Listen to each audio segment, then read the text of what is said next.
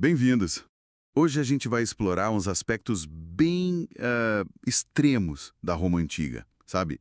Punições chocantes e também o poder de mulheres notáveis, que às vezes eram implacáveis. Exato. A ideia é investigar como a justiça e o poder funcionavam lá de um jeito que pode ser bem surpreendente, até brutal. A gente vai olhar para além daquela imagem clássica, sabe? Aquedutos, legiões, e ver como Roma também tinha essa capacidade para crueldade, assim, muito calculada. E também o papel complexo das mulheres, né? Muitas vezes elas tinham poder de formas que a gente nem imagina, mas claro, correndo riscos enormes. O interessante é ver como esses extremos mostram as tensões da sociedade romana. Vamos começar com uma punição que tem um nome quase poético. Mas olha, a realidade era outra coisa. A poena culi, a pena do saco. Ah, sim. Essa é terrível. A descrição é gráfica, né? Costurar a pessoa num saco de couro com um cachorro, um macaco, uma víbora e um galo. E aí jogar no rio. O que Roma queria dizer com um ritual tão específico assim, tão macabro? Então, era o auge do espetáculo punitivo, né? Reservado para um crime muito específico, o parricídio.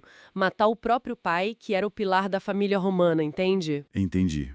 O pilar. E os animais, claro, não eram aleatórios. Cada um tinha um simbolismo negativo forte ligado ao crime. O cachorro, a falta de lealdade, o macaco, talvez a zombaria da forma humana, o caos, a cobra, a traição e o galo, talvez a negligência ou o anúncio da desgraça mesmo. Nossa. Era um teatro público, assim, para apagar o criminoso do jeito mais humilhante e assustador possível. Era para reforçar a ordem patriarcal, pelo medo. Falando em violar tabus e punições extremas, tinha também o caso das virgens vestais, né? Sim, as vestais. Se elas quebrassem o voto de castidade, o sangue delas não podia ser derramado. Sagrado. Aí a solução romana foi enterrar viva. Com um pouquinho de pão, água, uma lamparina. Uma brecha na lei bem sinistra. Exatamente. Era uma forma de executar sem, tecnicamente, matar ou ofender a deusa Vesta. Mostra bem a rigidez religiosa deles, mas também essa capacidade romana de achar umas soluções legais, vamos dizer, mesmo que macabras, para os seus dilemas. Uma ginástica de jurídica bizarra.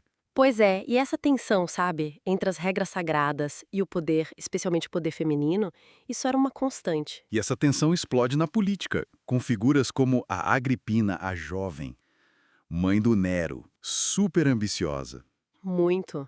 Casou com o próprio tio, o imperador Cláudio, manobrou para o Nero herdar o trono e dizem até que envenenou o Cláudio para isso. Pensando nessas punições que a gente falou, como é que uma mulher conseguia navegar e manipular tanto poder assim? Olha, a Agripina usou... Bom, ela usou as ferramentas que tinha, né? Conexões familiares, sedução, muita inteligência política e talvez sim, meios ilícitos como o veneno, que era algo frequentemente associado às mulheres no imaginário romano, né? Uhum. Ela jogava nos limites do aceitável, apostando muito alto.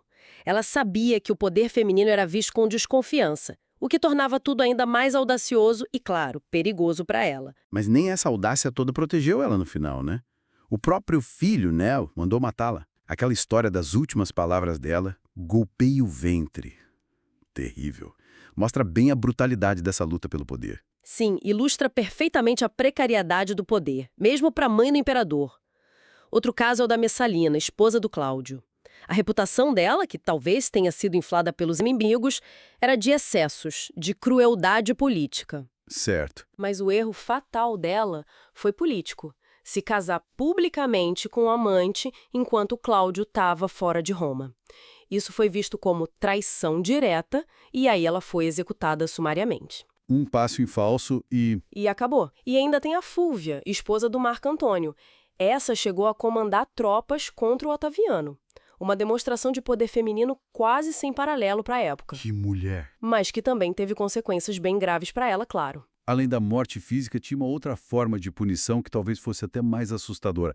A damnatio memoria. A condenação da memória. O que era isso exatamente? Apagar alguém da história. Basicamente isso. Era tentar obliterar a existência pública da pessoa.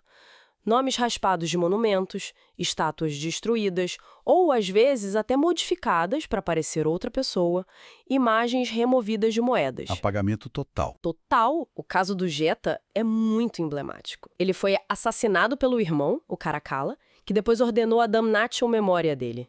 A gente vê até hoje espaços vazios, em relevos, em mosaicos, onde a figura dele deveria estar. Que coisa! Era o controle romano levado ao extremo, sabe? Não bastava matar o corpo, era preciso negar que a pessoa sequer existiu na história. Então, essa Roma grandiosa, dos feitos incríveis, era também um palco de crueldade quase performática e de lutas de poder sangrentas. E nesse palco, mulheres ambiciosas jogavam um jogo perigosíssimo. Exatamente. E isso deixa a gente com uma questão, né? Como é que sociedades tanto as antigas quanto as de hoje usam a punição pública, o controle da narrativa, até o que a gente chama hoje de cancelamento de figuras, especialmente aquelas que desafiam as normas, como mulheres poderosas, para manter a ordem ou impor certas visões? Boa pergunta. Que as formas de punir e de apagar revelam sobre os medos mais profundos de uma cultura. É uma reflexão sobre poder, memória, controle, que continua muito relevante, eu acho.